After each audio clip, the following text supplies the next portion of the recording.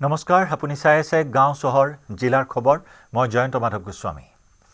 গৰিমা শইকীয়া গাৰ্গৰ ঘৰত ছত্তীশগড়ৰ ৰাজ্যপাল ৰমেন ডেকা গৰিমা গাৰ্গৰ খবৰ ললে ৰমেন ডেকাই কাহিলিপাৰাৰ বাসগৃহত উপস্থিত হৈ গৰিমা গাৰ্গৰ সমবেদনা জ্ঞাপন কৰে গৰিমা গাৰ্গৰ খবৰ ললে ছত্তীশগড়ৰ ৰাজ্যপাল ৰমেন ডেকাই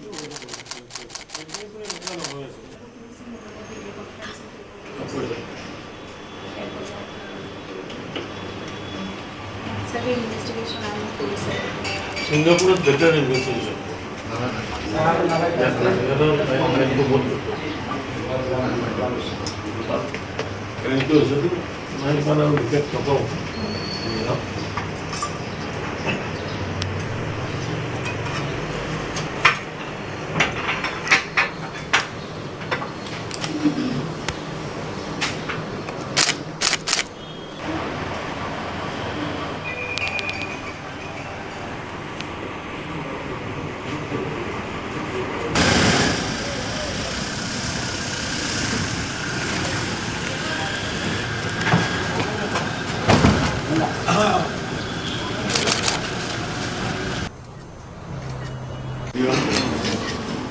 Itu gimana bahasa begitu? Saya mau bahas ini dulu. Ini pun yang kalau bahas.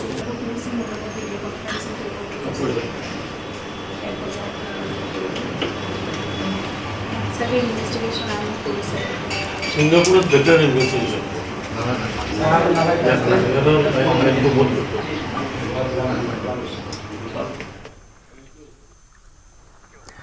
জনজাতিকৰণৰ দাবী ডিব্ৰুগড়ত বৃহৎ প্ৰতিবাদী কাৰ্যসূচী সদৌ অসম কোচ ৰাজবংশী ছাত্ৰ সন্থাৰ প্ৰতিবাদ সাব্যস্ত ডিব্ৰুগড় চহৰৰ চৌকিডিঙি চাৰিআলিত প্ৰতিবাদ কোচ ৰাজবংশীক শীঘ্ৰেই জনজাতিকৰণৰ মৰ্যাদা দিয়াৰ দাবী প্ৰতিবাদকাৰীৰ মুখত নো এছচি নো ৰেষ্ট শ্লোগান হাজাৰ হাজাৰ প্ৰতিবাদকাৰী ওলাই আহিল ৰাজপথলৈ এই আক্ৰাসুৰ জোৰদাৰ প্ৰতিবাদ জনজাতিকৰণৰ মৰ্যাদাৰে এই প্ৰতিবাদী কাৰ্যসূচী বৃহৎ প্ৰতিবাদী সমদল বাহিৰ কৰিলে ডিব্ৰুগড়ৰ চৌকিডিঙি চাৰিআলি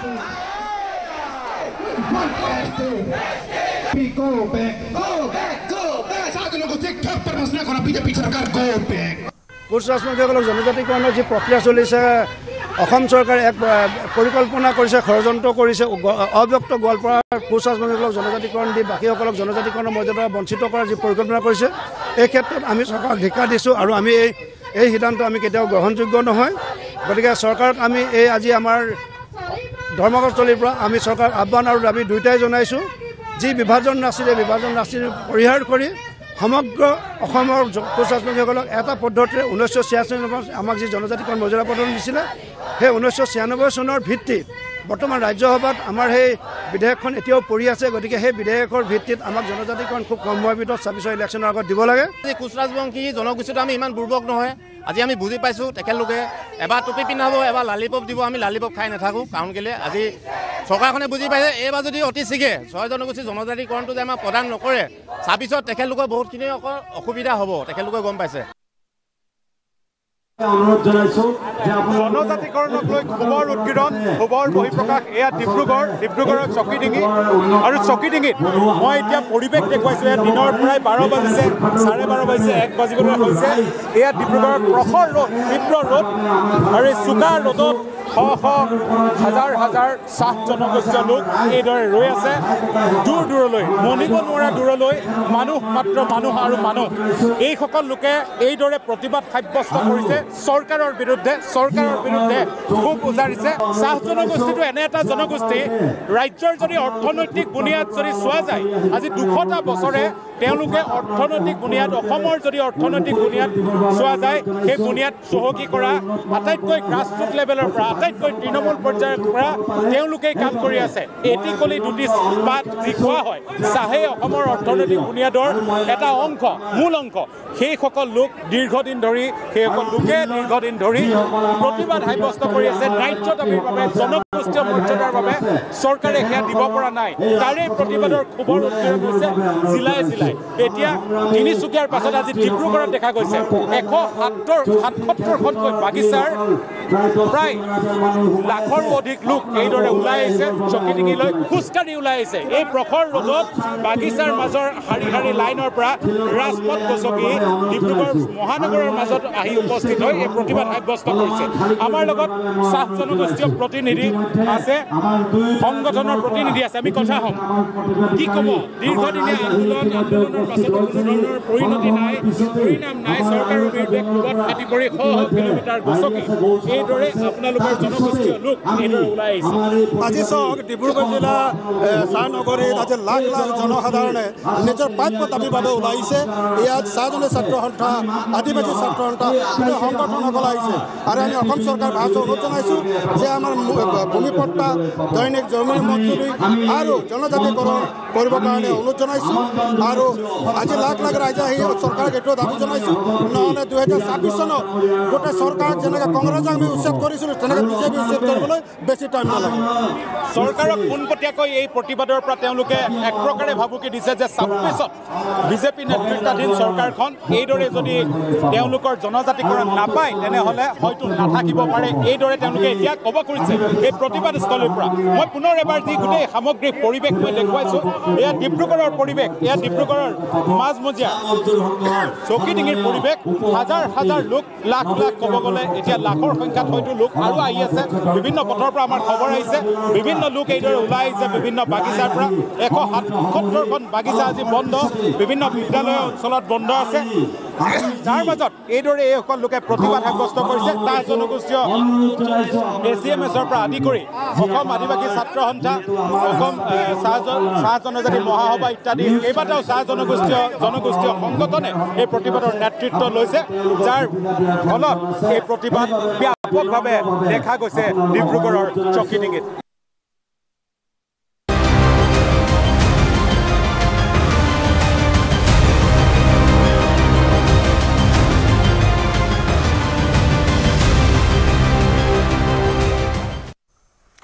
জবানবন্দী লোৱাৰ বাবে আদালতলৈ নিয়া হ'ল ছিংগাপুৰীয়া অসমীয়া সিদ্ধাৰ্থ বৰা পৰীক্ষিত শৰ্মা আৰু জলংচাট নাৰ্জাৰীক BNSSৰ 183 ধাৰাত আদালতত ল'ব তিনিওৰে জবানবন্দীৰ বাবে শতাব্দী বৰাকো নিয়া হ'ল আদালতলৈ CIDৰ কাৰ্যালয়ত আজি আন এজন ছিংগাপুৰীয়া অসমীয়া হাজিৰ হোৱাৰ সম্ভাৱনা আনসকল ছিংগাপুৰীয়া অসমীয়াকো শীঘ্ৰেই হাজিৰ হোৱাৰ নিৰ্দেশ দুদিনৰ ভিতৰত ছিংগাপুৰীয়া অসমীয়াক হাজিৰ হোৱাৰ পুনৰ নিৰ্দেশ দিছে CIDয়ে জুবিনৰ মৃত্যুৰ সময়ত ইয়ত পাৰ্টিত আছিল আটাইকেইজন ছিংগাপুৰীয়া অসমীয়া আমি জাস্টিস পাম যেন লাগিছে আৰু সকলোৱে ইমান কষ্ট কৰি আছে মানে SITও বহুত কষ্ট কৰি আছে গতিকে আমি জাস্টিস পাম আৰু মুখ্যমন্ত্ৰী ছাৰেও কৈছে গতিকে আমি সকলো আশাবাদী আৰু সোনকালে হ'লে আৰু বেছি ভাল পাম আৰু শেখৰ গোস্বামীয়ে যি অভিযোগ কৰিছে সেই অভিযোগ আপুনি সঁচা বুলি ভাবেনে যে এতিয়া যে সেইবোৰ একো নাজানো মই আৰু এতিয়া মই যোনখিনি ক'ব লগা আছে ক'লোৱে আৰু এতিয়া বৰ্তমান নক'লে মানে কোৰ্টত গৈ পেলাই এডমিছিবল নহ'ব তো সেইটো কাৰণে বাকী এতিয়া আজি গৈ পেলাই ক'লে আজি কোৰ্টত গৈ পেলাই ক'ম আৰু এটা অভিযোগ উত্থাপন কৰিছিলে ফাঁচী বজাৰত শেখৰ বা সিদ্ধাৰ্থই পইচা সুতলে দিয়ে বুলি একোৱে ক'ব নোৱাৰিম এতিয়া আপুনি গোটেই যিবোৰ ষ্টেটমেণ্ট সংবাদ মাধ্যমৰ সন্মুখত দিছে সেইবোৰ যিহেতু SITৰ সন্মুখত দিয়াৰ বাবে ক'ব নোৱাৰে এতিয়া মানে তেওঁলোকৰ যোনখিনি সুধিব লগা আছে সুধিলে আৰু মোৰো ক'ব লগাখিনি ক'লো আৰু আজি তেওঁলোকৰ আগত যোনখিনি কথা ক'লো সেইখিনি আজি গৈ পেলাই কোৰ্টত ক'ম ইফালে জুবিন গাৰ্গৰ মৃত্যু সন্দৰ্ভত তদন্ত অব্যাহত থকাৰ কথা উল্লেখ কৰিলে মুন্না প্ৰসাদ গুপ্তাই শীঘ্ৰেই আদালতত দাখিল কৰা হ'ব সকলো তথ্য আৰক্ষীয়ে সময়মতে চাৰ্জশ্বিট দাখিল কৰাৰ চেষ্টা কৰি আছে ছিংগাপুৰীয়া অসমীয়া শীঘ্ৰেই হাজিৰ হোৱাৰ সকিয়নি SITয়ে সঠিক আৰু ক্ষিপ্ৰতাৰে তদন্ত অব্যাহত ৰাখিছে ছিংগাপুৰলৈ যোৱাৰ বাবে আৰক্ষীয়ে অনুমতি বিচাৰিছে এমলেটৰ জৰিয়তে অনুমতি বিচাৰিছে অসম আৰক্ষীয়ে অনুমতি পালেই ছিংগাপুৰলৈ যাব SIT এতিয়াও কোনো বিঘিনি নোহোৱাকৈ চলি আছে তদন্ত প্ৰক্ৰিয়া দুদিনৰ ভিতৰত ছিংগাপুৰীয়া অসমীয়া অহাৰ সম্ভাৱনা আছে আইনত যি সময়সীমা বান্ধি দিয়া আছে সেই সময়সীমাৰ ভিতৰত আমি তদন্ত সম্পূৰ্ণ কৰি কোৰ্টত ৰিপৰ্ট দিম আমি সকলো প্ৰকাৰৰ যত্ন কৰি আছো যাতে অনতি পলমে আমি তদন্ত এটা লজিকেল কনক্লুজনত আহিব পাৰোঁ আমি দিনে নিশাই কাম কৰি আছো SITয়ে আৰু আইনত যিটো টাইম সময়সীমা আছে তাৰ ভিতৰতে আমি প্ৰতিবেদন কোৰ্টত দাখিল কৰিম।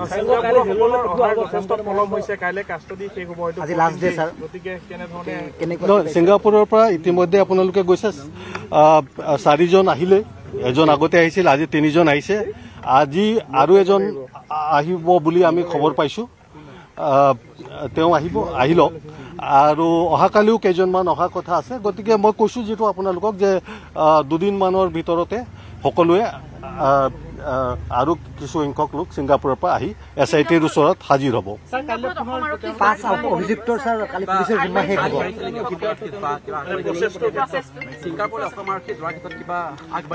আমাৰ আপোনালোকে ইতিমধ্যে গম পাইছে, আমাৰ যিটো মিউচুৱেল লিগেল এছিষ্টেঞ্চ ৰিকুৱেষ্ট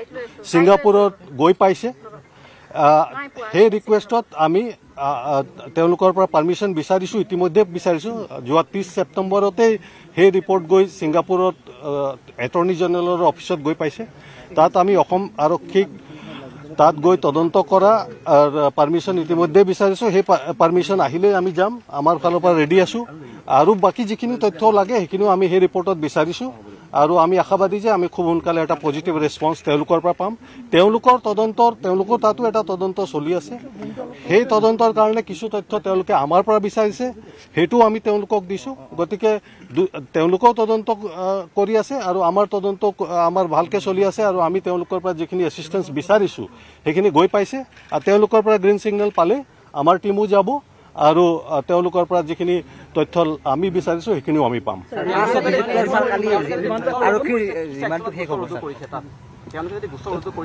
সেইখিনি ডিটেইলছ আমাক দিয়া নাই। তেওঁলোকে আমি জনামতে এটা আমাক যিখিনি বিচাৰিছিলে তথ্য সেইখিনি আমি দিছোঁ। তেওঁলোকৰ তদন্ত শেষ হোৱাৰ পিছতহে আমি গম পাম তেওঁলোকৰ কি ফাইণ্ডিংছ আছে। যেতিয়া ৰিমাণ্ড শেষ হ'ব আমি আদালতৰ সন্মুখত তেওঁলোকক প্ৰডিউচ কৰিম। আদালতে তাৰ ওপৰত ফাৰ্দাৰ অৰ্ডাৰ কৰিব। চাওক, যিসকলৰ 14 দিনৰ ৰিমাণ্ড আমি লৈছোঁ, 14 দিনটো মেক্সিমাম। গতিকে 14 দিনতকৈ অধিক ৰিমাণ্ড পোৱাৰ কোনো আইনত প্ৰাৱধান নাই। গতিকে আমি 14 দিনে মেক্সিমাম, এইটো আমি ইতিমধ্যে কেইজনমানৰ কাৰণে ইতিমধ্যে পাইছোঁ।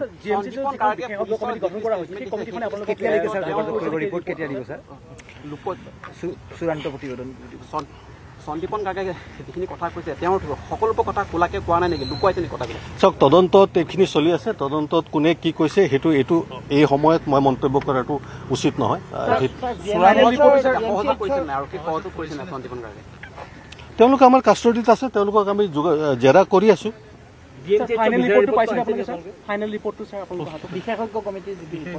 বিশেষজ্ঞৰ কমিটিৰ ৰিপৰ্ট পাইছোঁ আমি। আমি সেই ৰিপৰ্ট আমি যথাসময়ত কোৰ্টত দাখিল কৰিম। ধন্যবাদ।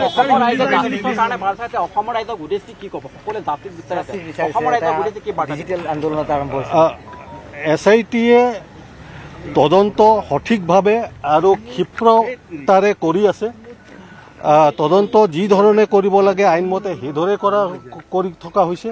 আৰু ছিংগাপুৰত যিখিনি তদন্ত কৰিব লাগে তাৰ কাৰণে যিখিনি পদক্ষেপ ল'ব লাগে সেইখিনি আমি ইতিমধ্যে লৈছোঁ। আৰু আপোনালোকে জানে আমি ছিংগাপুৰৰ পৰা পাৰ্মিশ্যন বিচাৰিছোঁ। তেওঁলোকৰ পাৰ্মিশ্যন হ'লে আমি ভাৰতীয় তাত যিটো হাই কমিশ্যন আছে তেওঁলোকৰ লগতো যোগাযোগ কৰি আছোঁ। আমাৰ টীম যাব তেওঁলোকৰ পাৰ্মিশ্যন পালে, আৰু তেওঁলোকৰ পৰা আমি বিভিন্ন তথ্য বিচাৰিছোঁ। সেইখিনিও আমি সোনকালে পাম বুলি আশা ৰাখিছোঁ। ধন্যবাদ। আস্থা ৰাখিব পাৰে অসমৰ ৰাইজে? নিশ্চয়। SITয়ে যি আইনত যিখিনি ব্যৱস্থা আছে সম্পূৰ্ণ আইনৰ ব্যৱস্থাৰ মাজেদি তদন্ত আগবঢ়াই লৈ গৈ আছে। ঘটনাস্থল পৰিদৰ্শন নকৰাকে যিটো তদন্ত কৰা হৈছে, বিশেষ বহুতে আচলতে এই মন্তব্যটো কৰিছে যে যিটো স্থানত ঘটনা সংঘটিত হৈছে সেইটো স্থানে পৰিদৰ্শন কৰা নাই। গতিকে চাওক, ঘটনাস্থলীটো যিটো কথা কৈছে এইটো ছিংগাপুৰত। আমি নিজাববীয়াকৈ ছিংগাপুৰত গৈ ঘটনাস্থলী প্ৰদৰ্শন কৰিব নোৱাৰোঁ। আমি তাত যাবৰ কাৰণে পাৰ্মিশ্যন ছিংগাপুৰৰ পৰা বিচাৰিছোঁ। আমি ইমিডিয়েটলি তদন্ত আৰম্ভ হোৱাৰ লগে লগে আমি এমলেটৰ জৰিয়তে, ভাৰতৰ গৃহ মন্ত্ৰালয়ৰ জৰিয়তে আমাৰ তাত গৈ আমাৰ যি ঘটনাস্থলী প্ৰদৰ্শন ইনস্পেকশ্যন কৰা বা আৰু বিভিন্ন তদন্ত আছে সেইখিনিৰ তেওঁলোকক আমি পাৰ্মিশ্যন বিচাৰি পঠিয়াইছোঁ। সেইটো চাওক, এটা বেলেগ ছিংগাপুৰ এখন বেলেগ ৰাষ্ট্ৰ। আমি তেওঁলোকৰ লগত এক্টিভলি পাৰ্চু কৰি আছোঁ ভাৰতীয় হাই কমিশ্যনৰ থ্ৰুদি, যিহেতু তেওঁলোকেও এটা তদন্ত কৰি আছে। গতিকে সেই গোটেই বস্তুটো বিবেচনা কৰি তেওঁলোকে নিশ্চয় আমাক এটা পজিটিভ ৰিপ্লাই দিব আমি আশাবাদী যে আমি গোটেই তদন্তখিনি তাত যিখিনি তদন্ত কৰিবলৈ আছে সেইখিনিও কৰিম আৰু ইয়াত যিখিনি তদন্ত চলি আছে সেইখিনি হৈ আছে আৰু ছিংগাপুৰৰ পৰা যিখিনি ৰেছপন্স পাব লাগে সেইখিনি আমি পজিটিভলি পাম খুব সোনকালে কিন্তু এতিয়ালৈকে আমাৰ তদন্তত কোনো হেম্পাৰ হোৱা নাই ভালকে তদন্ত চলি আছে তালে যোৱাৰ কাৰণে যিটো পাৰ্মিশ্যন লাগে পাৰ্মিশ্যন বিচাৰিছোঁ এটা ভাৰত আৰু ছিংগাপুৰৰ মাজত চুক্তিও আছে সেই চুক্তি মতে আমি আশাবাদী যে তেওঁলোকে আমাক কোঅপাৰেট কৰিব আৰু সেই কোঅপাৰেট কৰিব আৰু তেওঁলোকে আমাক গোটেই যিখিনি তেওঁলোকৰ তথ্য লাগে বা আমি গৈ তাত যিখিনি তদন্ত কৰিব লাগে তাৰ অনুমতি সোনকালে আমি পাম বুলি আশাবাদী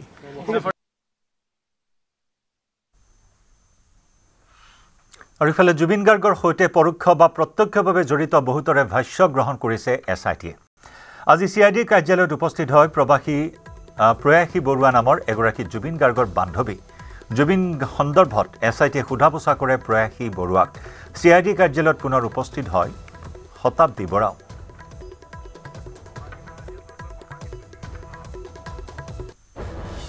এইটো একসেপ্ট কৰিব পাৰা নাই যে এনেকুৱা এটা ছিংগাপুৰত হেলদি মানুহ এটা লৈ গৈ পেলাই তাহাঁতি আমাক এনেকে ঘূৰাই দিব লগা হ'ল এইটো বস্তু কোনেও আমি একসেপ্ট নকৰোঁ আৰু যোনে কৰিছে এইটো সি শাস্তি পাবই বিকজ যোনজন মানুহে খালি প্ৰকৃতি এনিমেলছ ল'ৰা ছোৱালী দুখীয়া মানুহ আৰু মানুহকে দিলে সেই মানুহটোক ইহঁতি চেছ কৰি দিলে আৰু এই বস্তুটোৰ ন্যায় আমাক চবকে লাগে আৰু মাতিব নেকি আপুনি আৰু আহিব নেকি হয়তো ৰেকৰ্ড কৰিবলৈ মাতিব পাৰে থেংক ইউ দে নৰপিশাচ ইহঁতি নৰপিশাচ আৰু মই ইয়াতকে বেছি একো ক'ব নোৱাৰো প্লিজ এয়া শ্যামকানু মহন্তৰ পত্নী অনিতা ডেকা মহন্তক আজি আকৌ দেখিবলৈ পোৱা হ'ল CIDৰ কাৰ্যালয়ত আজিও এটা পলিথিনৰ বেগত কিছু সামগ্ৰী লৈ অহা পৰিলক্ষিত হ'ল তাত বাতি কাঢ়ি আছে প্ৰতিটো দিনতেই শ্যামকানুৰ পত্নীয়ে এয়া স্বামী শ্যামকানুক CIDৰ লকআপত থকা স্বামীক সাক্ষাৎ কৰিবলৈ আহিছে পত্নী অনিতা ডেকা মহন্ত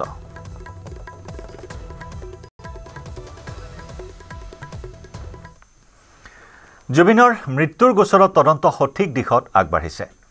এনেকৈ তদন্ত হৈ থাকিলে আৰক্ষীয়ে 90 দিনত অভিযোগনামা দাখিল কৰিব পাৰিব দেৰি হ'লেও সমল নষ্ট নহয় পুনৰ জনাইছো দেৰি হ'লেও সমল নষ্ট হয় কিন্তু সোনকাল কৰিলে সমল গোট নাখায় গতিকে তদন্তৰ বাবে মধ্যম পন্থা ল'ব লাগিব বুলি মন্তব্য কৰে জ্যেষ্ঠ অধিবক্তা বিজন মহাজনে জাষ্টিছ ফৰ জুবিন অসমত বসবাস কৰা প্ৰতিজন নাগৰিকে তাকেই বিচাৰিছে আজিৰ তাৰিখত আইনৰ ঊৰ্ধত কোনো যাব নোৱাৰে ভাৰতীয় নাগৰিক সুৰক্ষা সংহিতা BNSS তাত যি 187 ধাৰা সন্নিৱিষ্ট হৈ আছে তাৰ 3 উপধাৰাত লিপিবদ্ধ আকাৰত আছে যেনে এনে গোচৰবিলাকত য'ত 103 BNS ধাৰাটো সন্নিৱিষ্ট হৈ আছে এনে গোচৰবিলাকত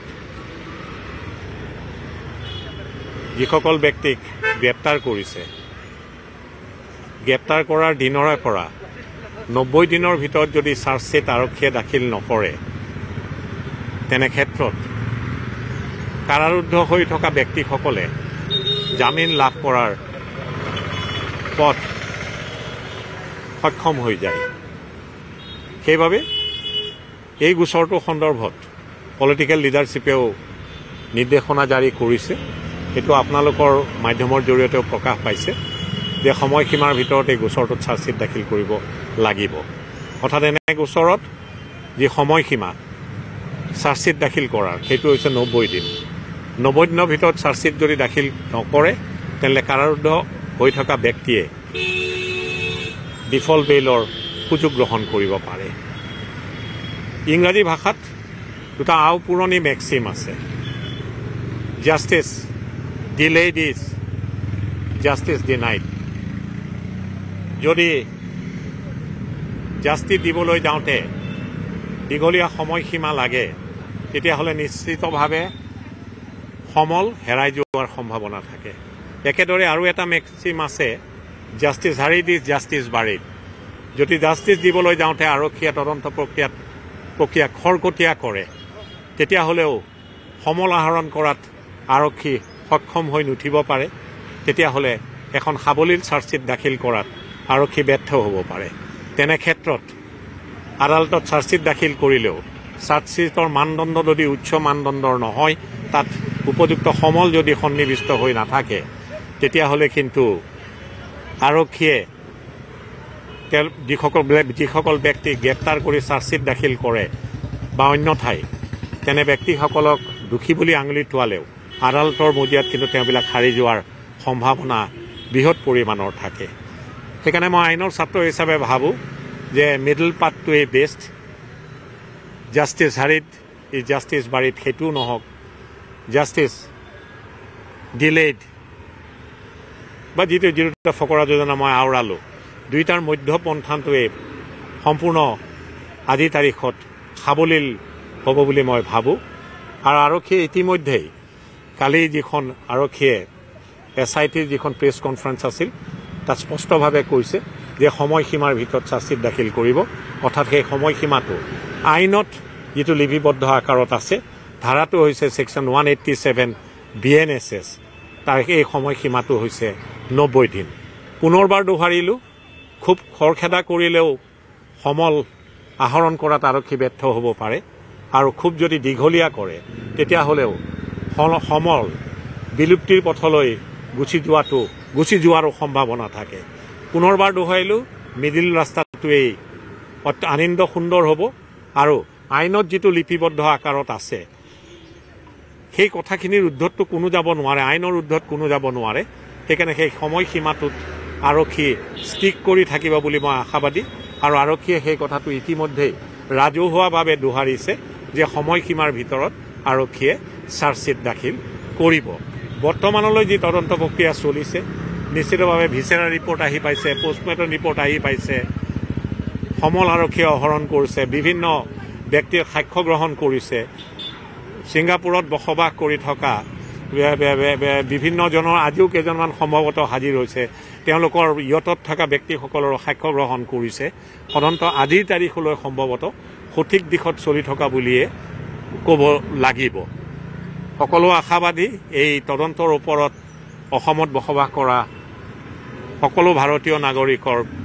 ভাৰতবৰ্ষত বসবাস কৰা সকলো ভাৰতীয় নাগৰিকৰ আনকি বিশ্ববাসীয়েও এই তদন্তৰ ওপৰত তেখেতসকলৰ চকু নিবন্ধ হৈ আছে মই ভাবোঁ আৰক্ষীয়ে সাৱলীলভাৱে তদন্ত কৰিব সকলো সমল গোটাব আৰু সময়সীমাৰ ভিতৰত চাৰ্জশ্বীট দাখিল কৰিব যাতে আৰক্ষীয়ে চাৰ্জশ্বীটত যাক দোষী বুলি আঙুলি টোৱাব পাৰে সেইসকলে আদালতৰ মজিয়াত ট্ৰায়েলৰ জৰিয়তে যাতে উচিত শাস্তি পাব পাৰে সেই পথ যাতে প্ৰশস্ত হয় তাকেই কামনা কৰিলোঁ জয় আই অসম ইয়াৰে সৈতে সময় হ'ল গাঁও চহৰ জিলাৰ খবৰৰ পৰা বিদায় লোৱাৰ নমস্কাৰ